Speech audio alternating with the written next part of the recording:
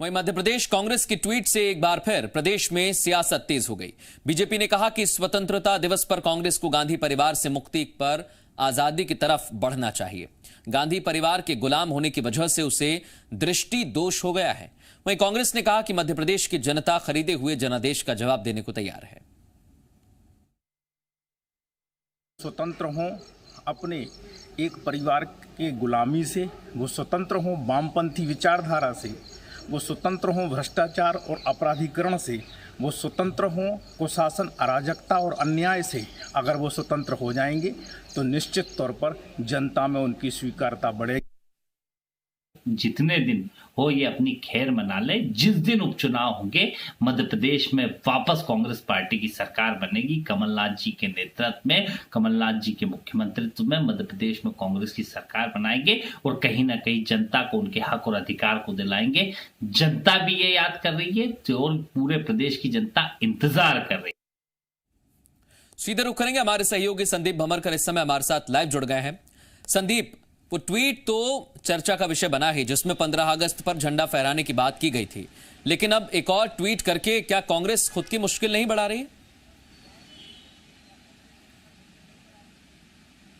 मुश्किल बढ़ाना और उससे ज़्यादा कांग्रेसी कार्यकर्ताओं में उत्साह का संचार करना, क्योंकि 15 अगस्त पर अगर कार्यकर्ता निराश हैं तो ये बात कांग्रेस के लोग जानते हैं और किसी भी तरह से उपचुनाव तक मनोबल को बढ़ाए रखना ये कांग्रेस के लिए बड़ी चुनौती है। और इसीलिए लगातार ये एहसास कार्यकर्ताओं को कराया जा रहा है कि उपचुनाव अभी है, हिम्मत मत हारिए, सब कुछ चला नहीं गया है। उपचुनाव में अगर नतीजे अच्छे आएंगे तो कांग्रेस की सरकार लौट सकती है।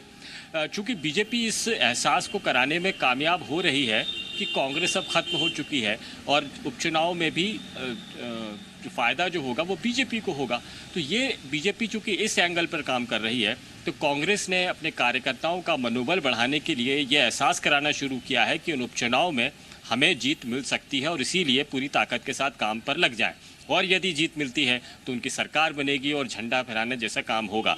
तो जब भी कोई मौका मिलता है तो कांग्रेस या कांग्रेस के लीडर्स अपने कार्यकर्ताओं का मनोबल बढ़ाने के लिए इस तरह की बातें करने का कोई मौका नहीं छोड़ते हैं। जब बीजेपी विपक्ष में थी, यानी कमलनाथ की जब सरकार की थी, तब भी शिवराज या बीजेपी के नेता इसी अंदाज में बात करते थे कि बहुत जल्दी ये सरकार ढह जाएगी, फिर हमारी सरकार आएगी। ये भी कार्यकर्ताओं का मनोबल बढ़ाने का जिस तरह का तरीका बीजेपी के पास में था, अब वही कांग्रेस अख्तियार कर रही है। जनता जानती है या जो विशेषज्ञ हैं वो भी ये कहते हैं कि उपचुनाव 27 सीटों पर होना है और ये 27 सीटें सरकार बनाने और बिगाड़ने के खेल कर सकती हैं।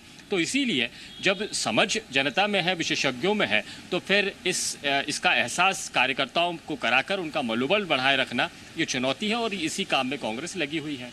बिल्कुल, और ये मनोबल बढ़ाने की कोशिश पहले भी की गई थी, लेकिन अभी तक उसमें कामयाबी नहीं मिली। लेकिन उपचुनावों का इंतजार कांग्रेस के कार्यकर्ता भी कर रहे हैं, जनता भी कर रही है और बीजेपी के नेता भी किस तरह से उपचुनाव में उतरेंगे वो भी हमें देखने को मिल रहा है। बहुत शुक्रिया संदीप तमाम बातचीत के लिए।